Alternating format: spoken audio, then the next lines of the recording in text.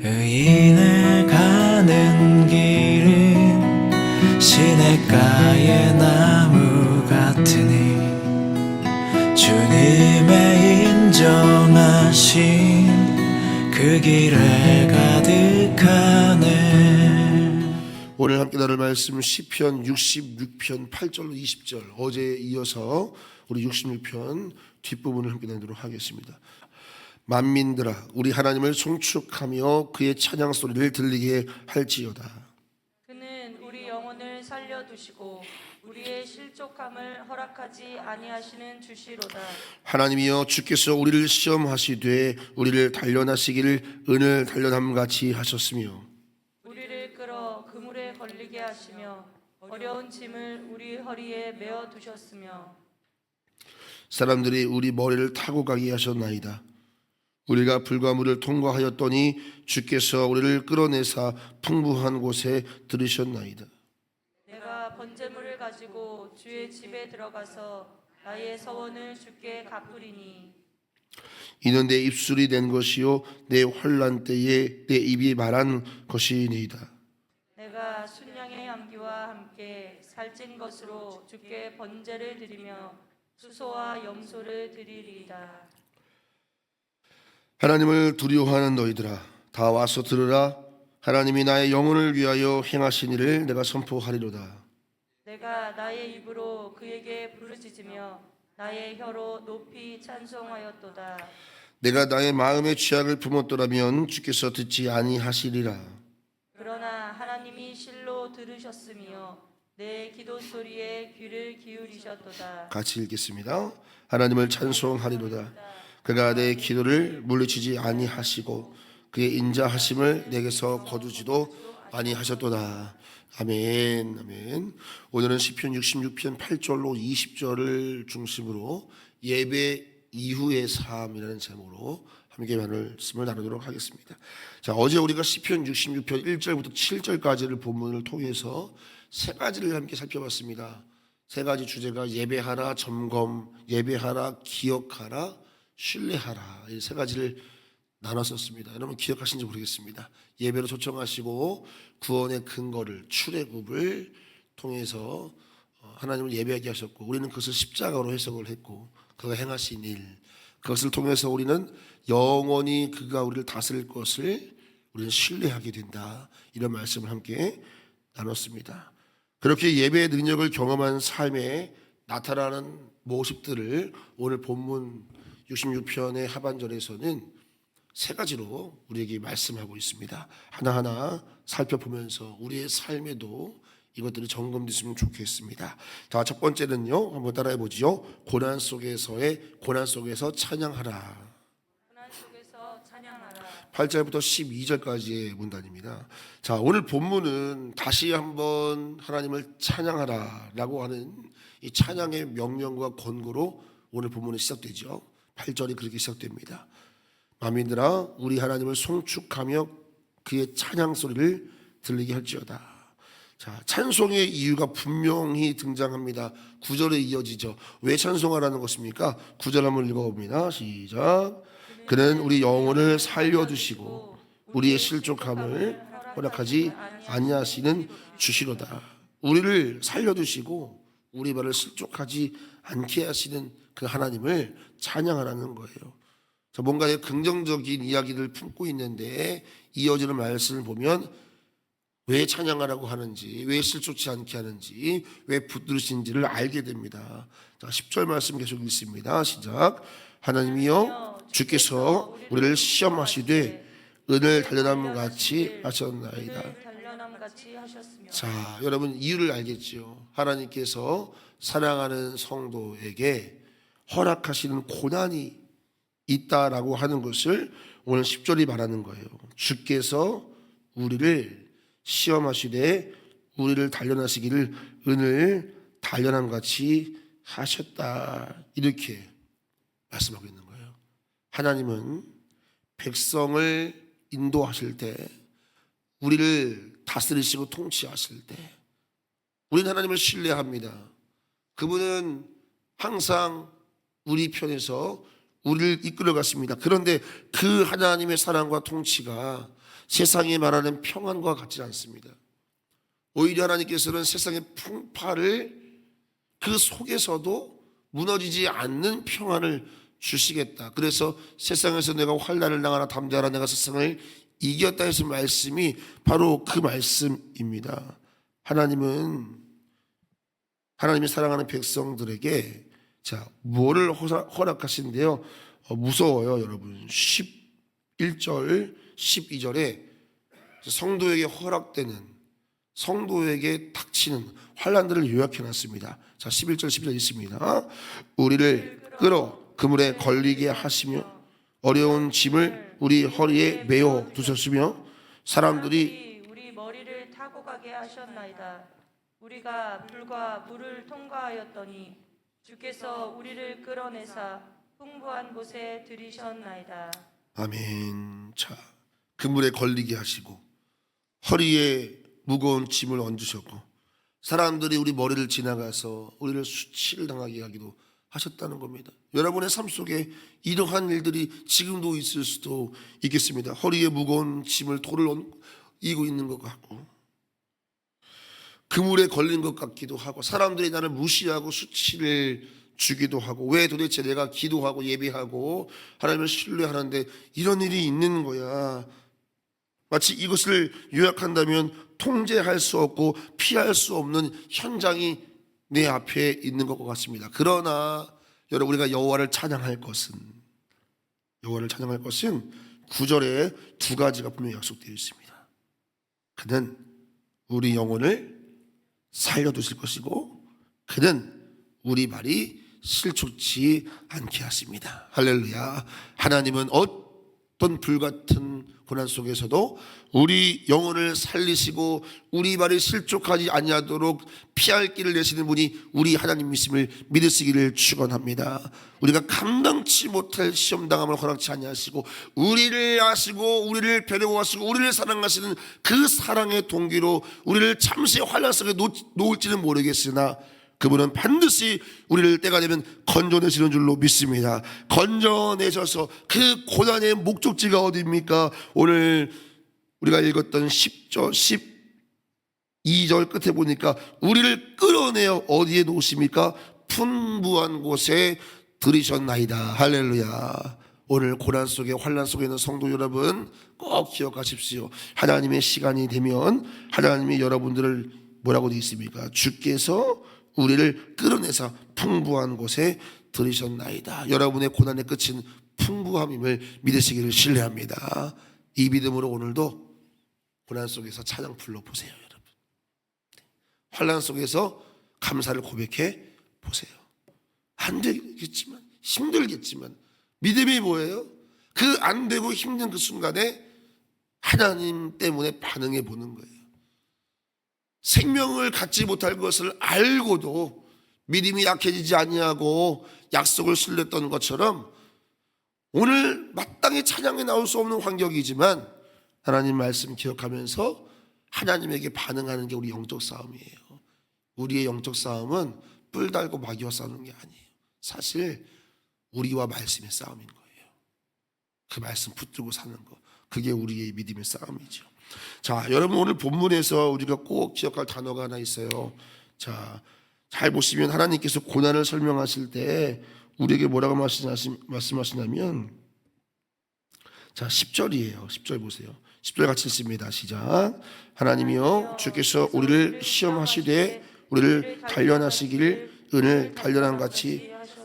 여기서 이 단어가 모든 걸 해석해줘요. 고난을 형벌이다 말하지 않고 뭐라고 말씀해요? 단련이다 말하잖아요. 단련. 그러니까 우리에게 닥치는 고난의 목적은 분명해지는 거예요. 은을 불에 넣는 이유는 망가뜨리기 위한 게 아니잖아요. 분순물을 제거하기 위함인 것처럼 하나님은 우리를 버리기 위해 고난에 두는 것이 아니라 우리를 정금같이 빚어내기 위해서 우리를 단련하기 위해서 그 자리에 두었다 이 말씀하는 거예요.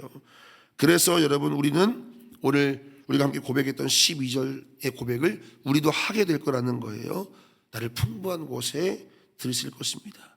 여러분 그러니까요 신앙생활은 파라다이스 사는 거 아니에요. 오히려 풀물불처럼 뜨거운 고난의 현장일 때가 더 많아요. 오늘도 얼마나 많은 믿음의 사람들이 고난 속에 신음하고 있어요. 그런데 여러분, 신앙은 파라다이스는 아니지만 신앙은 그 풀물불 같은 고난의 현장 속에서도 하나님을 끝까지 예배하고 찬양할 수 있는 믿음의 능력을 주시는 것이 신앙인 줄로 믿습니다. 예배의 능력은, 신앙의 능력은 고난이 사라지는 게 아니에요. 고난 속에서도 하나님이 내 편이심을 신뢰할 수 있는 능력인 것이죠. 여러분, 그래서 성도가 고난 속에서 할 수 있는 가장 위대한 선택이 뭔지 아세요? 꼭 기억하세요. 여러분들의 삶 속에 고난이 왔어요. 환난이 왔어요. 그 순간 여러분이 할 수 있는 선택은 두 가지가 있어요. 첫 번째, 원망과 불평이에요. 이건 아무것도 여러분에게 유익이 없어요. 이건 고난을 고난으로 끝내는 비결이에요. 근데 성도가 고난 속에서 할 수 있는 유일하지만 가장 위대한 선택은, 따라해 보겠습니다. 감사입니다. 자, 바울이 뭐라 그랬어요? 감사로 받으면 버릴 것이 있다 없다? 없다 그랬어요. 이 말씀 얼마나 위대해요. 여러분에게 고난이 왔어요. 근데 감사로 받으면 그것도 버릴 게 아니라는 거예요. 그래서 믿음의 사람은 고난이 와도 감사로 버려야 될 것 같은 것도 버리면 안 되는 것으로 만드는 능력이 있다는 거예요. 여러분에게 이 은혜가 있기를 축원합니다. 그래서 믿음의 사람은 마침표를 감사함으로 쉼표로 바꿔버리는 거예요. 고난의 마침표를 쉼표로 바꿔서 어떤 마침표를 찍게 해요? 풍부함으로 마침표를 찍게 하는 사람, 그 사람이 예배자라는 거예요. 사랑하는 성도 여러분, 우리 모두 감사를 통해 고난을 지나 오늘 12절의 결론처럼 풍부함에 이르는 여러분과 제가 되기를 예수님의 이름으로 축원합니다. 이것이 뜨거운 예배를 드린 성도에게 나타나는 특별함이에요. 고난 속에 찬양할 수 있어요. 자, 두 번째, 따라해 봅니다. 서원을 이행하라. 13절로 15절의 문단인데요. 자, 우리 13절 14절 같이 읽습니다. 시작. 내가 번제를 가지고 주의 집에 들어가서 나의 서원을 주께 갚으리니 이는 내 입술이 낸 것이요 내 환난 때에 내 입이 말한 것이니이다. 자, 여기서 중요한 단어가 또 뭐예요? 서원입니다. 서원. 자, 여기 지금 분명히 시편 기자가 뭐라 그래서 14절에 내가 하나님께 서원을 갚아야 되는데 14절에 보니까 이건 내 입으로 말한 겁니다. 언제 말했대요? 내가 환난 때 말한 것입니다. 우리가 언제 서원합니까? 고난 속에서, 환난 속에서 우리 입술로 하나님께 약속합니다. 그걸 서원이라고 말하죠. 살려달라고 건져달라고 회복시켜 주시면 하나님 뜻대로 살겠다고 그렇게 절박하게 하는 기도가 서원이죠. 그런데 여러분, 참된 예배자는요,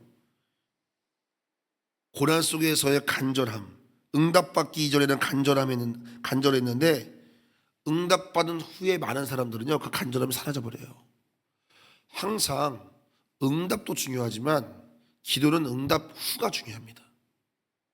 그래야 하나님이 더 주시는 거예요. 하나님은 자, 이제 한번 시작해 볼까? 그리고 줬는데 우리는 딱 하나 응답되면 거기서 마침표를 찍어버려요. 어떻게 해요? 너무 좋아서 쪼르르 세상으로 가버리는 거예요. 하나님은 이제 시작하려고 그러는데, 여러분, 하나님께서 응답하시면 하나님께 가서 감사하시기를 예수님의 이름으로 축원합니다. 여러분이 절망 속에서 서원하는 것이 있다면 응답의 때에 반드시 그것을 이행하시길 바랍니다. 그러면 하나님께서 여러분에게 더 큰 것을 예비하시고 부으시는 분임을 믿으시기를 축원합니다. 자, 여러분, 그래서 응답도 중요하지만 응답받은 후가 중요하다. 재정이 어려웠어요. 기도했어요. 재정이 채워졌어요. 그러면 여러분 하나님께 인색하지 마세요. 거기서 또 은혜가 끊어버리는 거예요. 그 안타까운 거죠. 우리가요, 언제 재정이 인색해요? 없을 때보다 있을 때도 인색해요. 조금 생기면 그거 아까운 거예요. 그걸 뛰어넘을 때 하나님께서 여러분에 더 부어주시죠. 자, 여러분, 오늘 시편 기자는요, 하나님께 서원하는 것을 말로만 감사하지 않아요. 자, 15절 있습니다. 시작. 내가 수장의 향기와 함께 살찐 것으로 주께 번제를 드리며 수소와 염소를. 그렇습니다. 여러분, 오늘 말씀 두 번째 대지를 통해서 우리를 돌아보자는 거예요. 우리가 혹 위기의 순간에 하나님께 정말 간절하게 매달리면서 하나님 도와달라고 기도했어요. 근데 평안이 찾아왔어요. 어때요? 하나님께 했던 걸 간절하게 잃어버리진 않았는가? 마치 전에 위기가 없었던 사람처럼 행동하는 건 아닌가? 우리의 예배도, 주님을 향한 우리의 태도도, 더 나아가서 오늘 말씀에서 말하면 약속도. 사랑하는 성도 여러분, 환난 중에 드린 약속은 예배 이후의 삶에서 반드시 갚아야 될 책임이라는 것을 꼭 가슴에 새기시기를 바랍니다. 그래야 하나님께서 더 큰 위기 속에서도 여러분을 인정하고 하나님이 항상 여호와 일의 은혜로 여러분께 부어줄 줄로 믿습니다. 이것이 뜨거운 예배를 드린 자의 삶에 나타나는 두 번째 반응이에요. 하나님에게 했던 약속을 이행하는 그 능력과 순종이 따른다는 것입니다. 오늘 이 새벽 우리 모두에게 주님이 주시는 음성이라고 믿습니다. 여러분, 하나님과의 약속은 반드시 지키는 여러분과 제가 되기를 예수님의 이름으로 축원합니다. 자, 세 번째입니다. 예배자는 세 번째, 첫 번째는 고난 중에 찬양하고, 두 번째는 서원을 이행하고, 세 번째는 따라해 봅니다. 정직하게 기도하라. 정직하게 기도하라. 자, 마지막으로 이 시인은 개인적인 간증을 합니다. 어떤 간증을 하죠? 16절 한번 읽어볼까요? 시작. 하나님을 두려워하는 너희들아 다 와서 들으라. 하나님이 나의 영혼을 위하여 행하신 일을 내가 선포하리라. 간증을 하기 시작하는 거예요. 그는 자신의 기도가 응답받은 것을 얘기해요. 하나님이 내 기도를 응답하셨는데 그 응답하신 이유가 이거야. 우리에게 소개하거든요. 자, 17절 18절입니다. 시작. 내가 나의 입으로 그에게 부르짖으며 나의 혀로 높이 찬송하였는데 내가 나의 마음의 죄악을 품었더라면 주께서 듣지 않았을 것이다. 19절. 그러나 하나님이 실로 들으셨으며 내 기도 소리에 귀를 기울이셨도다. 할렐루야. 여러분 19절 말씀 보세요. 하나님이 실로 들으셨다. 내 기도 소리에 귀를 기울이셨다. 이 고백이 여러분의 간증되기를 예수님의 이름으로 축원합니다. 오늘 새벽에 드리는 기도도 하나님이 실로 들으실 것이요, 하나님의 우리의 기도 소리가 하나님의 귀에 기울이실 줄로 믿습니다. 그런데 여러분, 오늘 시편 기자는 뭘 간증합니까? 그렇게 내 기도가 응답되었던 비결이 뭐냐? 18절입니다. 내가 나의 마음의 죄악을 품었더라면 주님이 듣지 않았을 거야 라고 하면서 우리에게 정직한 기도를 도전하는 것입니다. 하나님은 완벽한 사람의 기도를 응답하는 것이 아니라 회개하는 사람의 기도를 들으신다는 거예요. 여러분, 기도의 능력은 말의 유창함이 아닙니다. 하나님 앞에서의 진실함이 기도의 능력인 줄로 믿습니다. 하나님을 예배한 사람, 하나님의 위엄을 본 사람은요, 하나님 앞에 진실하게 되어 있습니다. 오늘 우리의 기도가 막혀 있다고 느껴질 때 먼저 점검할 것은 우리의 마음입니다. 내려놓지 못한 죄, 포기하지 않은 교만, 하나님 앞에 이행하지 않은 서원, 온전히 맡기지 못하는 고집, 이런 것들이 기도의 통로를 막고 있을 수 있다.